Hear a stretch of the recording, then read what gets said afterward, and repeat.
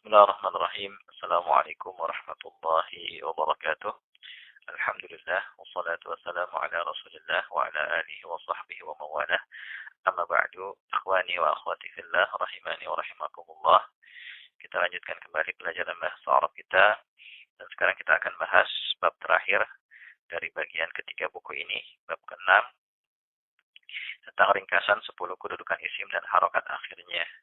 Jadi kesimpulannya di sini ya dari bab 2 dan 3 kita totalnya sudah belajar 10 kedudukan isim. Yang kalau kita paham, insya Allah kita bisa ya membuat kalimat dan juga menyusunnya menjadi sebuah cerita pendek yang sederhana. Ya. Di sini yang berharokat akhir dhammah ya kedudukan isim yang berharokat akhir dhammah ada fa'il, ada mubtada, ada khobar, dan ada ma'atuf kepada kedudukan yang disebutkan di atasnya itu. Ya, ma'atuf kepada fa'il, ma'atuf kepada mubtada, ma'atuf kepada khabar, kemudian juga ada sifat untuk yang 3 kedudukan di atas. Kemudian isim yang berharokat akhir fathah itu ada maf'ul bih, ada dzaraf zaman, dan ada dzaraf makan, kemudian ada ma'atuf dan sifat ya kepada 3 kedudukan di atas itu. Kemudian yang berharokat akhir kasrah ada masbuk biharfil jar, ada mudhaf ilaih, kemudian ada ma'atuf dan sifat kepada 2 kedudukan di atas. Nanti di tingkat lanjutan ilmu nahwu ini akan ada kedudukan yang lain. Ya banyak, ada 20 lebih kedudukan yang insya Allah itu akan mudah kita pelajari dan pahami kalau di dasarnya kita sudah paham. Di sini ada contoh ya cerita pendek ya yang di sini memuat 10 kedudukan yang sudah disebutkan di atas. Al-waladu salihun wa zakiyun. Anak laki-laki itu saleh dan cerdas. Ya, al-waladu di sini mubtada, salihun khabarnya, wa di sini huruf athaf, zakiyun ma'tuf kepada salihun, ma'tuf kepada khabar.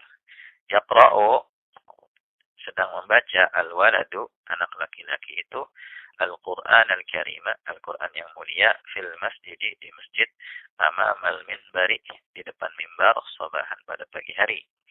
Yaqra'u di sini adalah fi'il mudhari', al-waladu fa'ilnya, Al-Qur'ana maf'ul bih, Al-Karim sifat untuk maf'ul bih, fi huruf jar, al-masjidi masbuk biharfil jar, amama dharaf makan sekaligus mudhaf, al-mimbari mudhaf ilaih, sabahan dharaf zaman.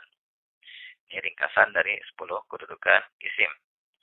Dan di sini ada latihannya, atau silakan kerjakan. Di sini ada 10 kedudukan isim yang sudah kita bahas. Dan juga ada latihan pemantapan, ya silakan antum kerjakan ini sambil murojaah apa yang sudah kita pelajari selama ini. Dan sekali lagi saya minta antum mengerjakannya kerjakan sendiri dulu, ya jangan melihat kunci jawaban. Baru setelah itu nanti ya cocokkan jawaban antum dengan kunci jawaban. Ya demikian cara belajar yang efektif insyaallah taala. Barangkali ini ya yang bisa kita bahas. Insyaallah setelah ini kita akan masuk bagian ke-4 dari buku ini. Wallahu a'lam.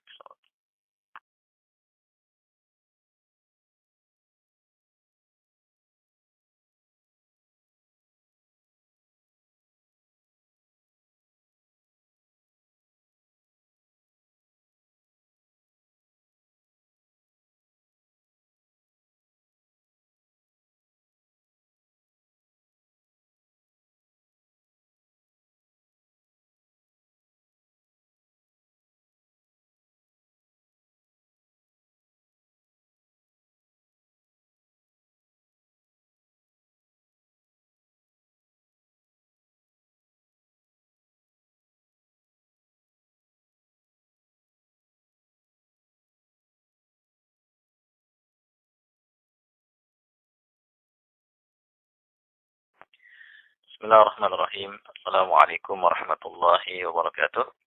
Alhamdulillah wassalatu wassalamu ala Rasulillah wa ala alihi wa sahbihi wa mawalah. Amma ba'du.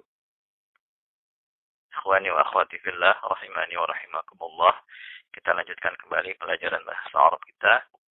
Dan sekarang kita masuk bagian ke-4 dari buku ini. Ya, dari buku Belajar Menyusun Kalimat dan Cerita Pendek Sederhana dalam Bahasa Arab.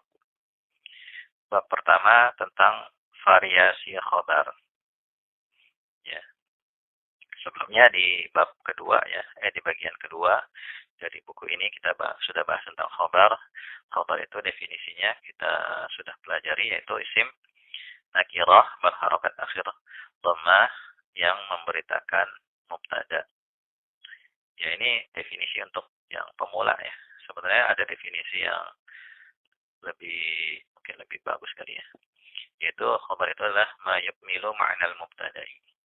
Apa saja yang bisa menjadi pelengkap mubtada untuk menjadi kalimat sempurna, maka itulah khobar. Jadi khobar itu nanti bisa berupa satu kata. Jadi kalau satu kata nanti biasanya adalah isim nakirah. Dan harakat akhirnya itu dhammah, sebagaimana yang sudah kita pelajari bersama. Cuma nanti khobar juga bisa berupa susunan kata. Bahkan bisa juga berupa jumlah kalimat. Ya, nanti rinciannya akan dipelajari di nahwu tingkat lanjutan. Ya. Nah, di sini ada contoh khobar berupa rangkaian kata, misalnya pada kalimat at-talibu fil fasli. Siswa itu berada di dalam kelas. At-talibu ini mubtada. Khobarnya mana? Khobarnya itu susunan fil fasli. Ya, jadi kalau khobar sudah susunan seperti ini, jadi kita nggak bahas harokat akhir khobar. Jadi fil fasli, kita katakan dia khobarnya. Tapi kemudian kata yang ada di dalam khobar itu, penyusun khobar itu nanti bisa kita tentukan harokat akhirnya mas sendiri-sendiri. Di sini kan huruf jar. Ya, harokatnya seperti itu. Al-fasli, kenapa kasrah? Karena masbuk biharfil jar. Dan susunan fil fasli dia khobar dari at-talibu. Jadi dia pelengkap at-talibu untuk menjadi kalimat sempurna. Kemudian contoh yang lain, al-mudarrisu amamal fasli. Guru itu berada di depan kelas. Di sini al-mudarrisu mubtada, susunan amamal fasli ini khobarnya. Adapun ya, kata penyusun khobar ini bisa kita jelaskan satu persatu. Ya, harokat akhirnya amama di sini dzarab, makan sekaligus mudhaf, al-fasli mudhaf ilaih. Kemudian susunan amam al-fasli ini adalah khobar dari al-mudarrisu. Ya, jadi jika khobar berupa rangkaian kata, maka penentuan harokat akhir kata yang terdapat pada khobar tergantung kedudukannya dalam rangkaian kata itu. Ya, sebagaimana yang tadi sudah saya jelaskan, dan insya Allah penjelasan rincinya ini bisa Anda dapatkan di kitab Nahwu tingkat lanjutan. Ya, demikian pembahasan ringkas tentang variasi khobar ya. Semoga bermanfaat. Wallahu